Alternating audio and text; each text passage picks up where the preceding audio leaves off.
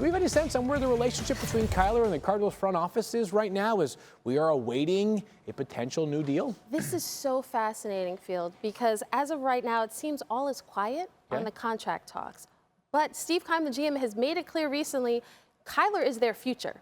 And we assume that a deal will get done this summer. The question is when this summer. But they've already paid Cliff Kingsbury. The Cardinals understand how good Kyler is. They understand that they cannot be a team without a quarterback, because right now with these young guns, you cannot have a roster that doesn't have a quarterback that can get you to the playoffs and potentially win you a Super Bowl. So they understand what's at stake.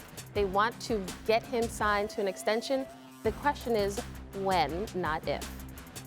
Yeah, Kim, I mean, this is just something where, I mean, if I'm a veteran in the locker room, you got to get Kyler in there, and feelings are hurt. Quarterbacks and their feelings every single offseason. Is it about unfollowing on social media? Is it about not having a contract and all of this stuff? So people like Woody and myself, when they finally get back in the locker room, we got to make sure everything's okay, all right? And Kyler being young, Kyler being so much, yeah, when Kyler being young, that's what you got to do as a veteran leader. You got to get the best out of him for one season, because you don't know what the drama is going to be next season. You hope everything works out and he's happy, but it's just something that veterans got to deal with, because you've got a quarterback that's sensitive. And I say sensitive in a nice way, because can Kyler Murray come in and can he be the leader of the locker room? Because that's who players like me and Wood, we want you to take the reins, quarterback. You got to be the one that everybody looks to. And right now, I don't see that in Kyler Murray being that guy. Yeah, Teddy, you alluded to it, man. There's been questions about Kyler Murray's leadership on that team, and it just seems like there's always some type of drama that swirls this organization. You know, we've seen over the past couple of years, you know, towards the end of the season, how they've fallen off a cliff. And when you look at their whole dynamic with Cliff Kingsbury and Kyler Murray, it's always one thing or another. We got the contract situation.